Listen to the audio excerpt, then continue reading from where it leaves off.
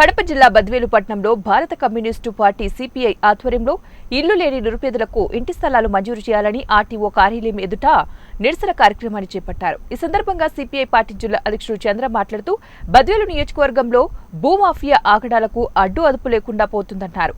కోట్లాది రూపాయల స్థలాలు ఆక్రమిస్తున్న ఆర్టీఓకు కనిపించడం లేదని, పేదలు నిర్మించుకున్న గుడిసెలను కూల్చివేస్తామని అధికారులను పంపడం పట్ల తీవ్రంగా ఖండించారు.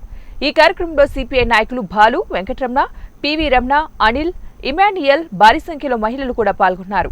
వీటన్నిటిపైన కడప బద్వేలు ఆర్టీఓ గారు ప్రారంభంలో ఈ బద్వేలు బాధ్యతలు తీసుకున్న తర్వాత ఐఏఎస్ క్యాడర్ కదా, ఆయన ఏదో చేస్తారని చెప్పి ప్రజలను పెద్ద ఎత్తున మభ్యపెట్టారు. చర్యలు తీసుకుంటున్నట్లు, ముమ్మరం చేసినట్లు ఆయన ప్రయత్నం చేసినట్లు మనం చూసాం. కానీ ఇవాళ ఎక్కడా కూడా ఈ నియోజకవర్గంలో ఒక్క ఎకరా అంటే ఒక్క ఎకరా ఆయన స్వాధీనం చేసుకున్నటువంటి దాఖలాలు లేవు.